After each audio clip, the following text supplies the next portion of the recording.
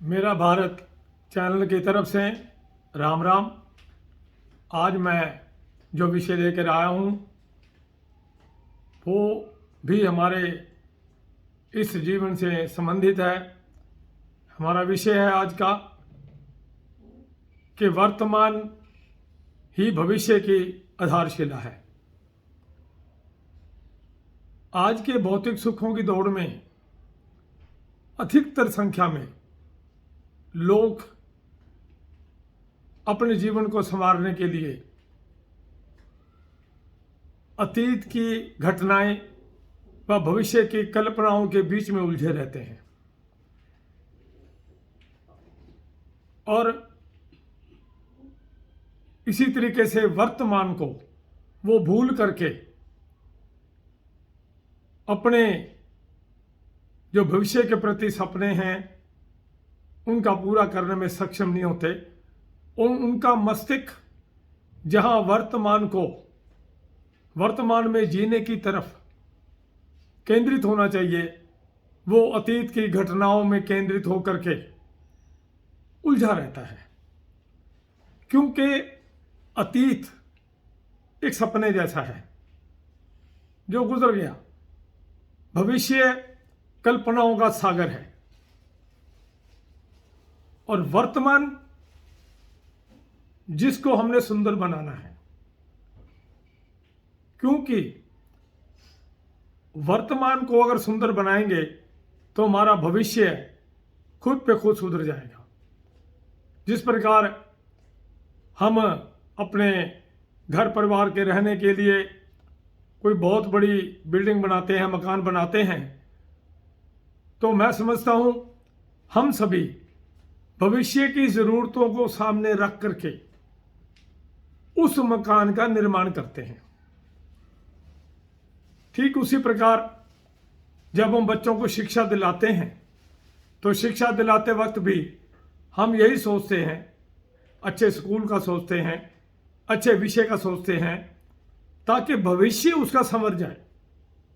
लेकिन हम सही माने जो हमारे जीवन की रूपरेखा है या हमारा जो जीवन है उसको हम वर्तमान में ना जी करके कभी कभी अतीत की गहराइयों में उलझे रहते हैं। उदाहरण स्वरूप हमारे जीवन में अतीत में कुछ ऐसी घटनाएं हो गई, मैंने बहुत बार देखा है, मेरे साथियों से बात भी हुई है कि वो अतीत की घटनाओं को लेकर के भी वर्तमान में चिंतित रहते हैं, अतीत की घटनाओं को जिक्र करते रहते हैं और इस तरीके से उनका जो मस्तिष्क है शांत नहीं हो पाता। जबकि अतीत की घटनाओं से वर्तमान का कोई लेना देना नहीं है। अगर वर्तमान को हम सुंदर बनाएंगे, वर्तमान में हम अच्छा सोचेंगे, वर्तमान में हम भविष्य की कल्पना को साकार करने की तरफ अपने मस्तिष्क को केंद्रित करेंगे तो 100% हमारा जो मस्तिष्क है उस तरफ बढ़ेगा। मान लो अतीत के अंदर कोई घटना हो गई या हमें झटका लगा, आपने सुना होगा कि फलां व्यक्ति को व्यापार में झटका लगा और इसी में सारी जिंदगी वो गमगीन रहा। वो क्या होता है? यही तो होता है कि हम अतीत को सपना नहीं मानना चाहते, हम अतीत को अपने साथ जोड़े रखना चाहते हैं। अगर हम अतीत को सपना मानकर छोड़ दें, वर्तमान को सुंदर बनाएं। जैसे उदाहरण देता हूं कि वर्तमान के अंदर अगर आपने बिजनेस में पैसा लगाया या अपने मित्र से मित्रता इतनी बढ़ाई कि उनके प्रति भी भविष्य में ये कल्पनाएं आती हैं कि जो मैंने व्यापार में पैसा लगाया है उससे मुझे भविष्य में फायदा होगा।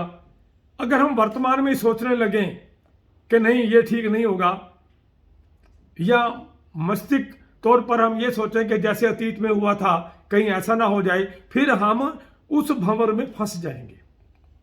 अगर हमने भविष्य को सुंदर बनाना है तो हमें वर्तमान में जीना सीखना होगा।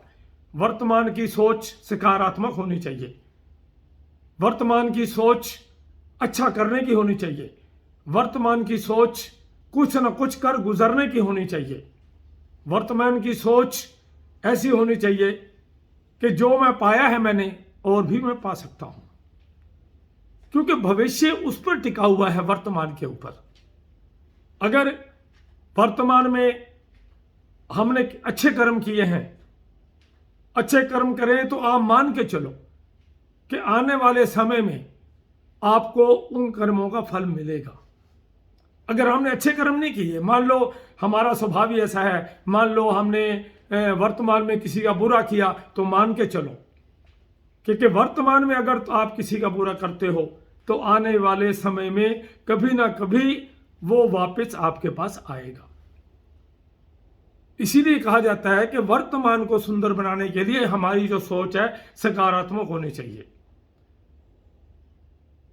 वर्तमान के अंदर हम कई बार, चाहे वो हम कर्मचारी हैं, चाहे हम व्यापारी हैं, चाहे एक साधारण आम इंसान की तरह जीते हैं, तो इस वर्तमान को सुंदर कैसे बनाएं, उसका एक ही रास्ता है कि हमेशा सकारात्मक सोच रखें, अच्छे कर्म करते हुए अपने मस्तिष्क को भविष्य की कल्पनाओं के साथ जोड़ें कि हम वर्तमान में ऐसा क्या करें कि हमारे भविष्य की जो सड़क है वो सीधी फटाक से आगे बढ़े। और हमारे जो बच्चे हैं, एक बात याद रखो, अगर वर्तमान आपका सुंदर होगा, अगर वर्तमान के अंदर आप अच्छे काम करोगे, वर्तमान में ऊंचे सपनों की उड़ान को लेकर आगे चलोगे, याद रखो कि आपके बच्चे भी आपकी तरह ही आगे बढ़ेंगे, बच्चे भी आपकी सोच को लेके आगे बढ़ेंगे। घर के अंदर जिस तरीके से हम बातें करते हैं, अगर वर्तमान में अच्छी बातें करते हैं, अतीत को बच्चों के सामने नहीं रखते, तो बच्चे उन अतीत की गहराइयों में कदापि नहीं जाएंगे। उनकी सोच भी ऐसी हो जाएगी कि वर्तमान को सुंदर बनाना है। बच्चों का मतलब हमारा परिवार, और परिवार का मतलब हमारा सबका जीवन, और जीवन का मतलब कि जो भगवान ने एक जीवन दिया है, अगर हम वर्तमान में जीते हैं तो हम सत्य के साथ जीते हैं। जब हम सत्य के साथ जीते हैं तो धर्म भी हमारा साथ देता है और हमें कदम कदम पर विजय प्राप्त होती है।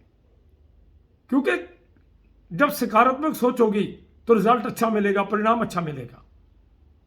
जब भी हम कदम उठाएं, अतीत से सीखो जरूर, अतीत की घटनाओं से सीखो जरूर, मात्र कि उससे मैंने क्या शिक्षा ग्रहण की अतीत से, और उसकी सहायता लेकर के आप भविष्य की कल्पनाओं को साकार करने की तरफ कदम बढ़ाओ।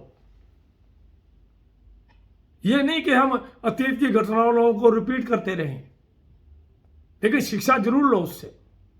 और जो व्यक्ति वर्तमान के अंदर अतीत की घटनाओं से शिक्षा लेकर अपने वर्तमान को संवारते हुए भविष्य की तरफ आगे बढ़ता है, भविष्य के सपनों को साकार करने में जुट जाता है, वो तो कामयाब होता ही है।